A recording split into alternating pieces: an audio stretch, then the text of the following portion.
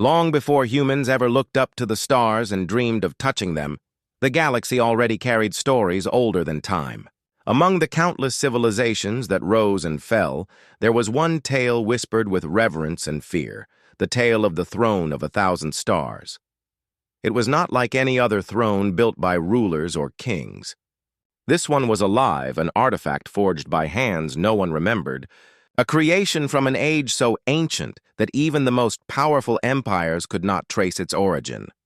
The throne was more than stone, metal, or crystal. It pulsed with light as if it carried the heartbeat of the universe itself. Each armrest shimmered with tiny constellations, glowing softly like fragments of the night sky captured within its frame. Its seat radiated power, yet also a strange silence, as though it waited. Those who stood near it said they could feel its presence pressing against their minds, measuring them, weighing their spirit, judging without a word. For centuries, the alien races that ruled the stars claimed the throne as their own. They called themselves emperors, conquerors, chosen rulers of galaxies, but deep down, they all knew the truth. The throne itself allowed them to rule only if it wished. Many tried to sit upon it, but not all were accepted. The throne had a will of its own. If it did not find worth in the one who approached, the seat turned cold, its glow fading to darkness, leaving the pretender humiliated before the galaxy. But when it accepted someone, the throne transformed. Its surface lit up with rivers of golden light, stretching outward into the hall like streams of living fire. The chosen emperor would be wrapped in that glow, lifted as though cradled by the stars themselves. Power beyond imagination would flow into them, not weapons, not armies, but something greater, authority. The very races of the galaxy bent their knees, not because of fear, but because the throne had spoken. To disobey its choice was to defy something far older and greater than any empire. Generations of alien emperors rose in this way. They carried themselves as if they were divine, their voices echoing with the throne's authority. Worlds were conquered in the throne's name, treaties sealed beneath its shadow. Civilizations came to believe that the throne was destiny itself, that whoever it chose was meant to rule, and that no rebellion could last against such power. Yet, the throne was not loyal. It cared nothing for bloodlines or dynasties. When an emperor grew arrogant, when corruption poisoned their heart, the throne would sense it. Many emperors who once sat proudly upon it found themselves rejected later. They would return to the throne expecting its light, only to feel the seat grow heavy and lifeless beneath them. Some were cast down in public, stripped of power in a moment that humiliated entire empires. This unpredictability made the throne both feared and worshipped. No one dared to question it, for it was believed that the throne saw deeper than eyes could see. It looked into the core of a being, into their truth, beyond titles or strength. It chose not rulers, but souls. And when it rejected someone, it was final. Armies could not force its hand. Power could not bend it. The throne belonged to no one. It belonged only to itself. Across the galaxy, temples were built in its honor.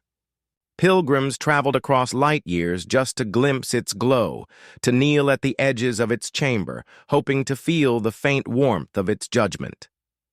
Entire religions grew around it, declaring it a voice of the cosmos, a bridge between mortals and the eternal will of the universe. But with reverence also came fear. Legends whispered of those who tried to cheat the throne. Some attempted to copy its design, crafting false thrones of crystal and light, hoping to trick their people. But their forgeries always failed. The glow never came. The authority never spread. And those false emperors fell swiftly, their lies exposed. Others tried to force the throne itself, surrounding it with machines, trying to harness its power. Those machines always failed. Some were melted, others shattered. And in rare tales, those who tried were consumed entirely, their bodies turned to dust as if the throne itself had judged them unworthy to exist. These stories became warnings. The throne was not a tool. It was not a treasure. It was a living will. For ages, it was accepted that only the great alien dynasties would ever be chosen by it. Humanity, when it finally touched the stars, was not even considered. To the older civilizations, humans were too young, too fragile, too chaotic. They had no history with the throne, no connection to the endless line of rulers it had once accepted. Humans were seen as children in the grand stage of the cosmos, but the throne, silent as always, waited. No one knew if it had a purpose beyond what it had already done. Was it created to guide civilizations? To test them? To find something still hidden among the stars? Or was it simply watching, choosing at its own will, without reason mortals could understand? What all civilizations agreed on was this: the throne of 1,000 stars was not just an object. It was the heartbeat of destiny itself, and when it chose, the galaxy listened. For centuries, its light rose and fell with alien rulers, building empires, breaking them, and shaping history. Yet, in its silence, it carried a secret. Because one day, far from the thoughts of those who mocked humanity, the throne would reveal something no one expected. It had never truly belonged to the masters who claimed it. It had only been waiting for the right soul, for the right moment, for the right choice, and in that hidden truth lay the spark of a story that would shake the galaxy itself. Generations passed, and the great alien masters who once ruled with strength and vision began to change. Their empire, which had once stretched like an endless ocean of stars, started to rot from within. Where once there was discipline, now there was greed. Where once there was unity, now there was arrogance. The empire's rulers, sitting high upon their thrones of gold and crystal, cared less for the people and more for their own power, their own wealth, their own pleasures. The signs of decline were everywhere. Once glorious cities that sparkled like jewels in the night sky began to crumble. Trade routes that had connected worlds across light years fell silent, their ships abandoned or lost. Citizens who had once felt pride in belonging to a mighty empire now whispered their discontent in secret corners. The rulers, however, refused to hear these voices. They surrounded themselves with flatterers and advisors who told them only what they wished to hear.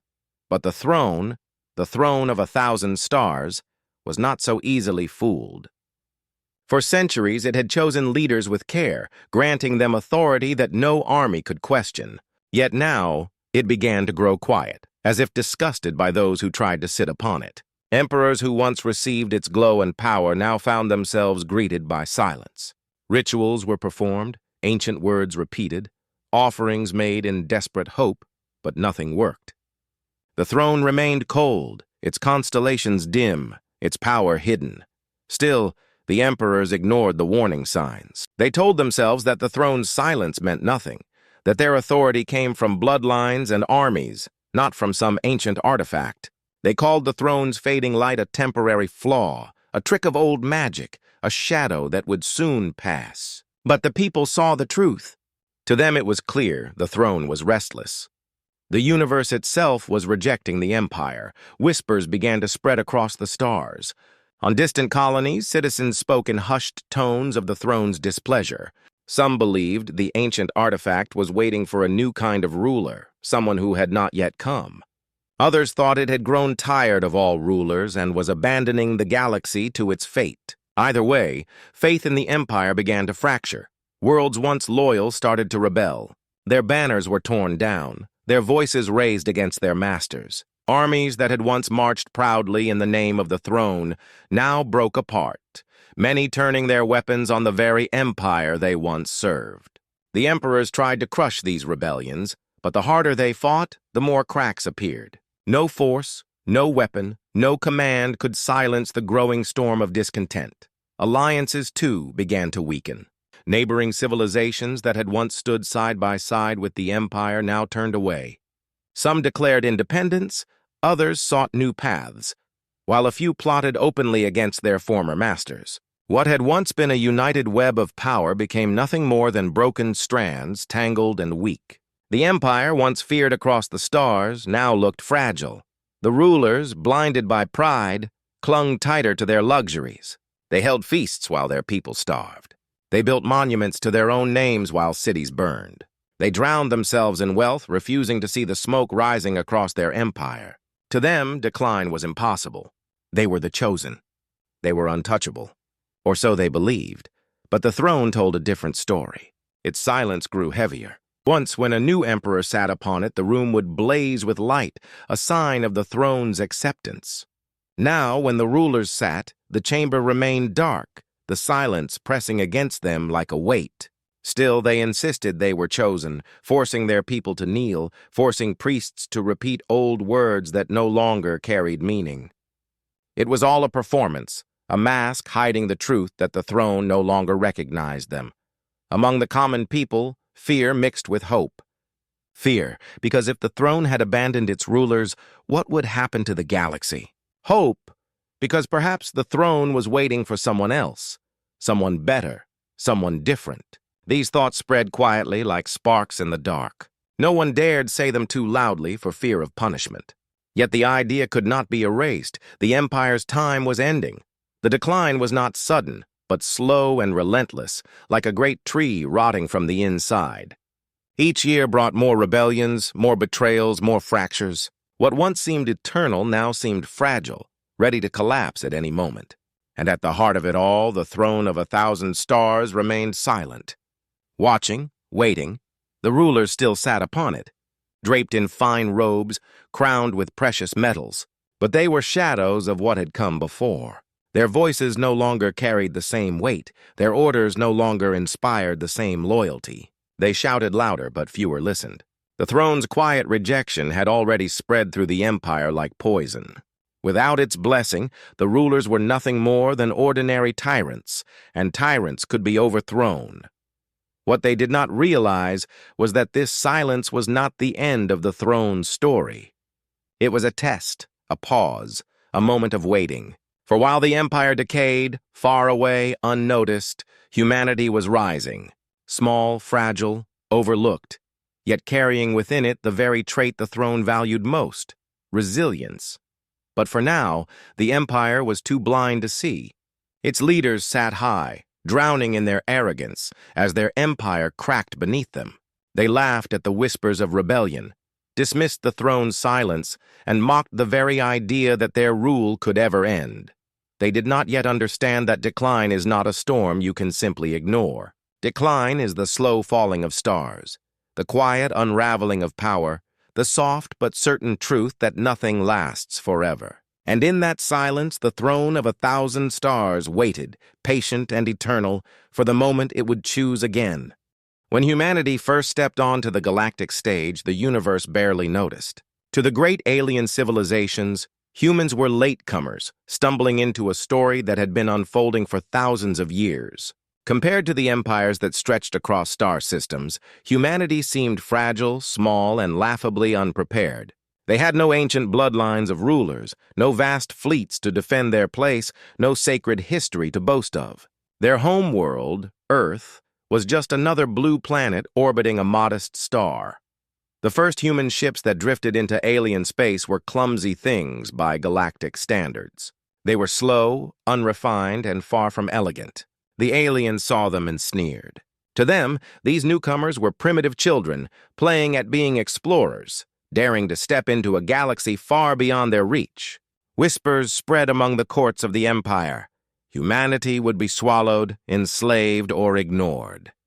They were too weak to matter, and yet the galaxy had underestimated them. When a human delegation was finally invited, though some said dragged, to the imperial court, it was not with respect. It was not with the honor granted to those considered equals. It was a spectacle, a display, almost a kind of entertainment for the alien rulers who had grown bored in their decadence. The humans, dressed in the best uniforms their young species could craft, walked into a chamber built for gods. The throne of 1,000 stars towered above them, its surface shimmering faintly as if constellations were alive inside it. Around it stood the alien nobility, cloaked in jewels and arrogance. Their laughter filled the air like sharp knives. To them, this was not a meeting. It was a show. The humans stood silent, their eyes scanning the chamber, perhaps in awe, perhaps in quiet defiance. They were told to present themselves before the throne, and they obeyed. But instead of offering them a chance to speak, the emperor's court turned the moment into mockery. Voices dripped with sarcasm as one alien suggested the humans prove their worth by sitting upon the sacred throne. It was meant to be a joke, a cruel dare. For centuries, the throne had refused to acknowledge anyone unworthy. Even mighty emperors had sometimes sat upon it, only to find its power cold and absent. If the throne ignored the greatest rulers in the galaxy, how could it ever recognize these fragile newcomers? The court burst into laughter, echoing across the chamber. They expected hesitation. They expected fear. They expected the humans to stammer, to refuse, to shrink under the weight of such mockery. But something else happened. One of the humans stepped forward. There was no crown on their head, no armor upon their chest, no weapon in their hand. They were not the strongest or the wealthiest among their kind. They were simply human, ordinary in every way. Yet they walked with quiet steadiness, their footsteps echoing softly on the ancient stone. The court's laughter grew louder, mocking every movement. Still, the human kept walking until they stood at the base of the throne. The seat loomed above them, glowing faintly as if watching. For a moment, silence fell. Even the aliens leaned closer, their sneers curling into cruel smiles. They wanted to see this fragile being humiliated. They wanted to watch the throne reject them as it had rejected so many others. The human placed a hand on the throne's surface. The cold shimmer of its light met their skin. Then, without hesitation, they sat. The chamber waited for silence. What followed was not silence. It was light. The throne, which had remained dormant through years of corruption and arrogance, came alive. Its constellations blazed, stars within its surface spinning and flaring as if galaxies themselves were bowing. The chamber filled with a brilliance that drove shadows into hiding. The laughter died in an instant, replaced by gasps, shouts, and stunned silence. The human did not move. They did not speak. They simply sat, their figure outlined by the living glow of the throne. The seat that had denied emperors and rulers for generations now embraced a being considered weak, primitive, unworthy. The court was struck dumb. Some fell to their knees, unable to comprehend what they were witnessing. Others cried out in anger, insisting it was a trick. But deep down, they all knew the truth. The throne had chosen. The aliens who once saw themselves as masters of the galaxy had been rejected. The humans, mocked as children, had been accepted. The symbolism was impossible to ignore. The throne, built by forces older than empires, was not fooled by wealth, power, or arrogance. It did not care for bloodlines or ancient claims. It searched for something deeper, something invisible to those who had long drowned themselves in pride. And in that moment it found what it was searching for, in humanity. The alien rulers shifted uneasily in their seats.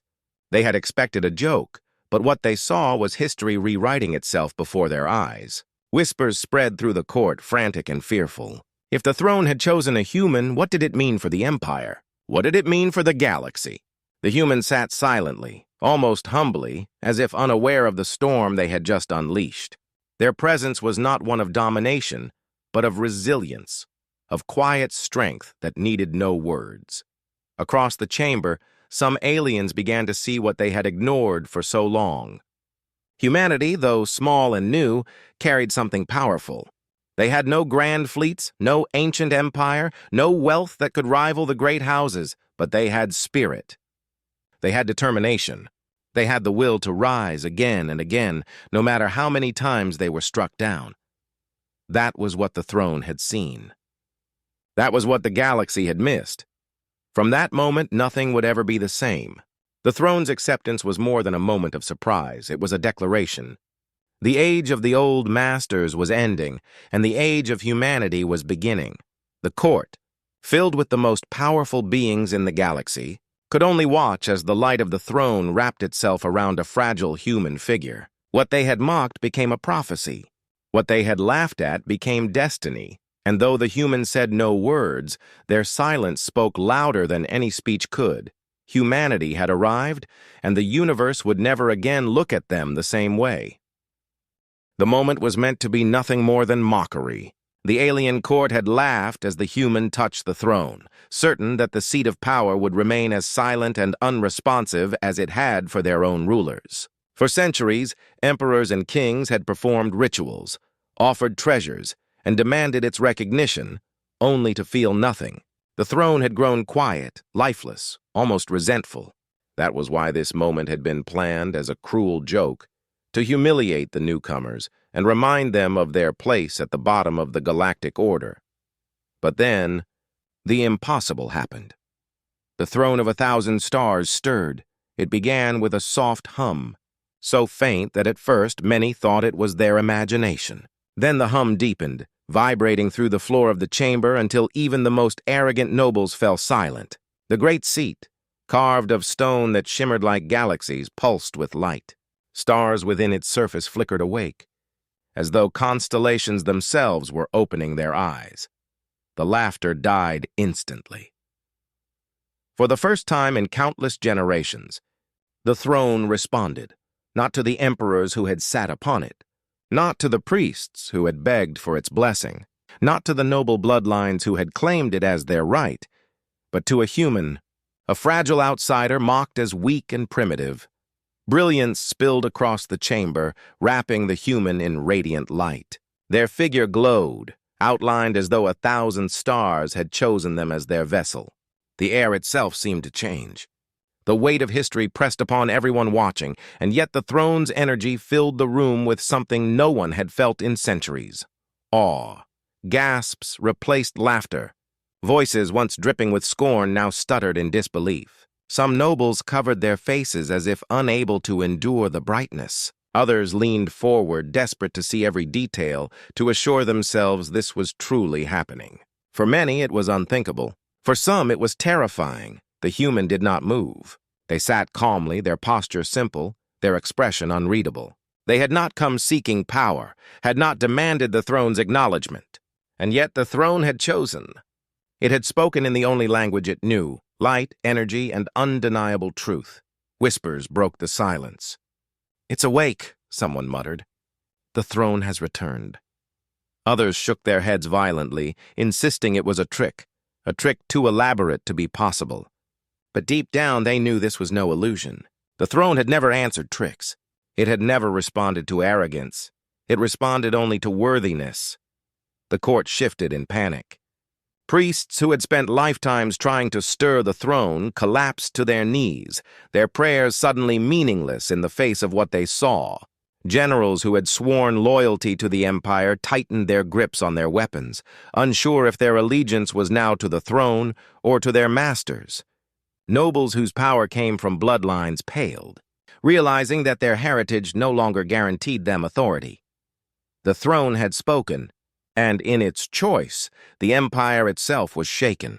The rulers who had once claimed to be chosen were silent. Their faces were masks of shock, fear, and rage. For generations, they had ruled by declaring themselves the rightful bearers of the throne's blessing. But now the throne had openly denied them. It had rejected their arrogance and chosen a being from outside their world, a human they had laughed at moments before. Their power, once unquestioned, now seemed fragile. The symbolism was too clear. The throne had been quiet for centuries, as if waiting for someone unlike the masters who had grown corrupt. Waiting for someone who carried something different, something the galaxy had forgotten. And in this unexpected moment, it found that spark in humanity. The brilliance spread wider, filling every corner of the vast chamber. Banners of alien houses, hung high on marble walls, seemed to fade in significance. The throne's glow washed over them like a tide erasing old symbols. The throne was rewriting the story, and no one could stop it. The human did not speak, and perhaps that silence was more powerful than any words. They did not demand allegiance, did not declare victory, did not raise their hand in pride. They simply sat steady and unshaken as the throne poured its light upon them. That silence was louder than the court's earlier laughter. It was dignity. It was resilience. It was humanity. Across the galaxy, news of the event spread like wildfire. Couriers carried the story to distant worlds, and within days, whispers turned into proclamations. The throne has chosen again. The throne has returned to life. The throne has chosen a human. Each phrase carried shock, awe, and no small measure of fear. Entire civilizations began to question their place in the order of things. If the throne could reject its ancient masters, then perhaps the empire was not eternal after all. Perhaps something new was beginning. Back in the chamber, the silence stretched long after the throne's light filled the room. No one dared to move. The court, once filled with arrogance, was now paralyzed by the realization that history had shifted beneath their feet. For the first time in recorded history, the throne of 1,000 stars had made a choice that no one could have predicted. It had rejected its masters. It had chosen an outsider. It had chosen humanity, and in that choice, the galaxy itself trembled.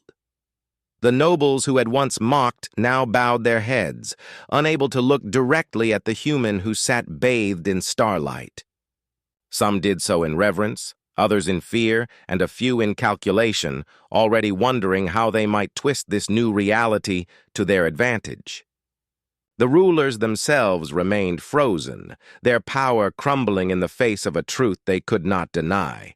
What no one could change, however, was the throne's decision. It had spoken in a way beyond politics, beyond armies, beyond wealth.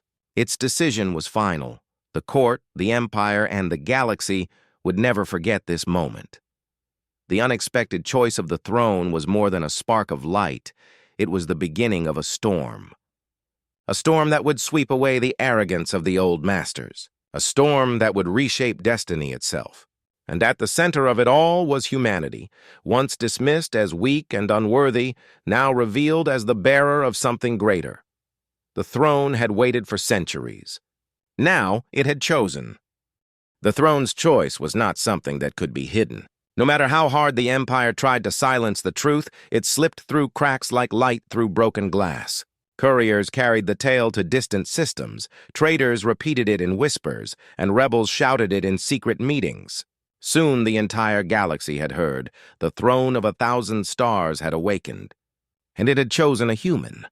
For centuries, the throne had been silent, rejecting emperors and masters who claimed it as their right. Now, in one breathtaking moment, it had spoken clearly by surrounding a fragile outsider with its ancient light.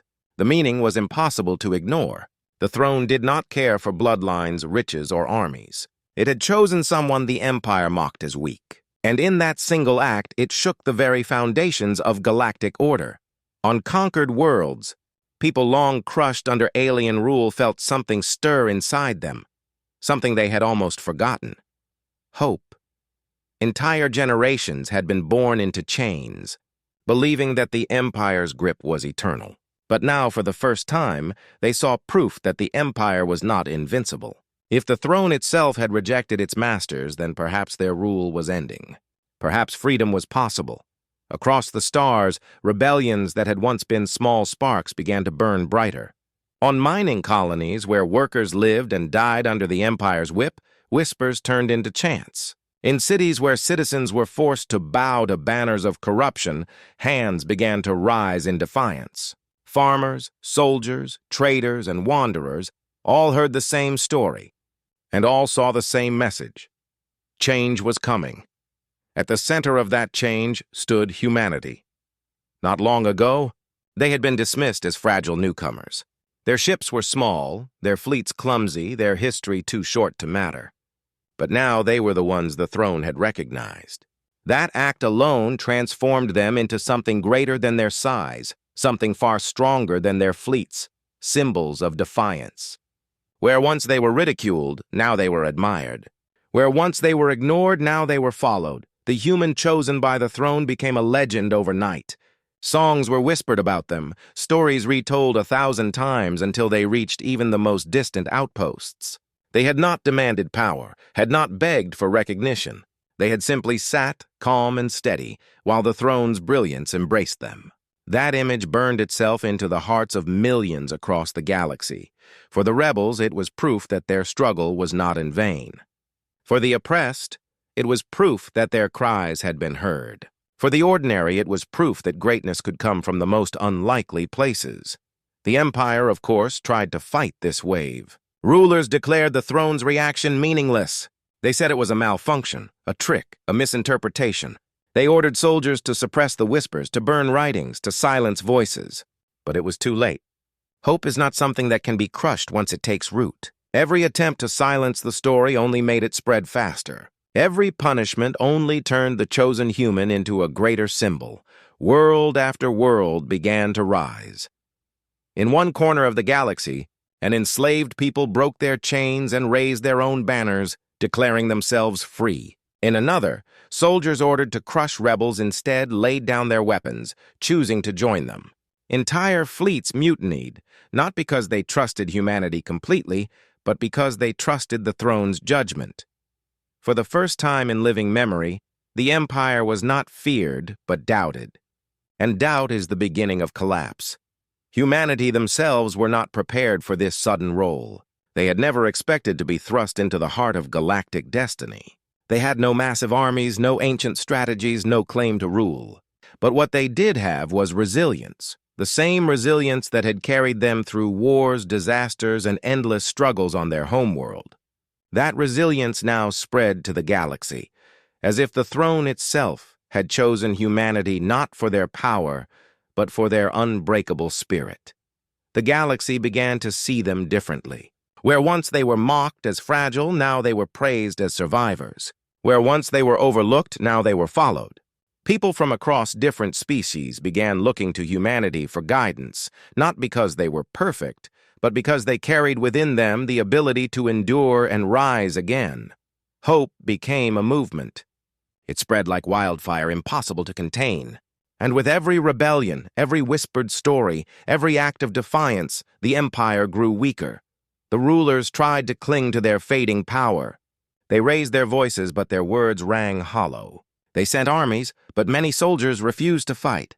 They declared themselves chosen, but the throne's light had already proven otherwise. For the first time, the empire felt fragile, and the people knew it. The throne's unexpected choice had not only given humanity a place in galactic history, it had sparked something larger, something unstoppable. It had given the galaxy back its courage. Across star systems, banners of rebellion were lifted high.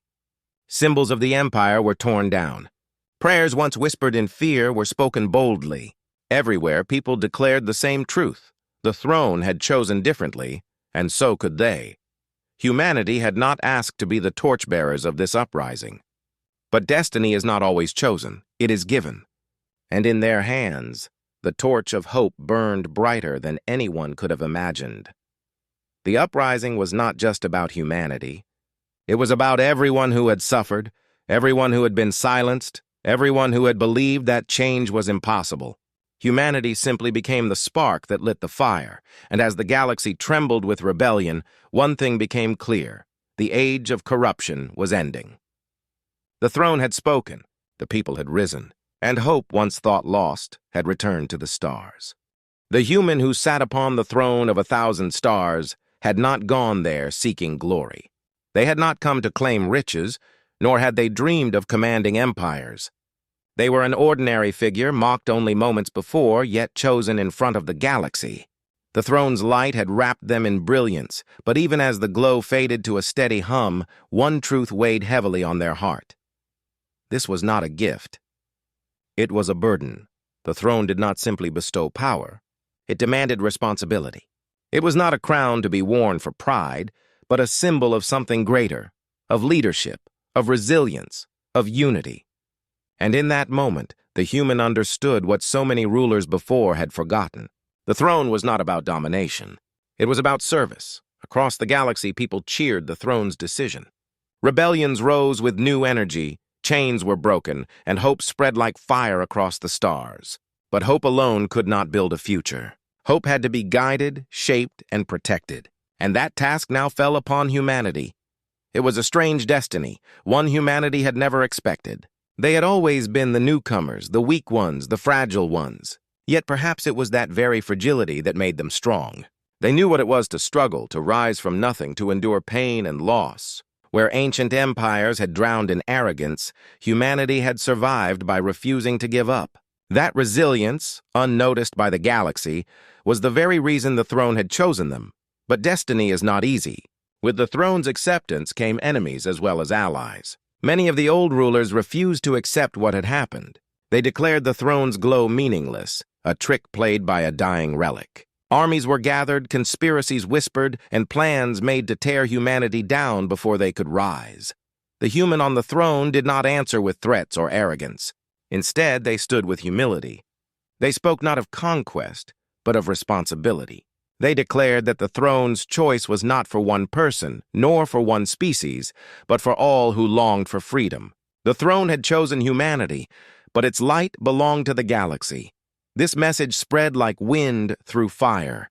People of countless worlds, long divided by fear and corruption, now saw a chance for something greater. They saw that leadership did not have to be born from bloodlines, wealth, or fear.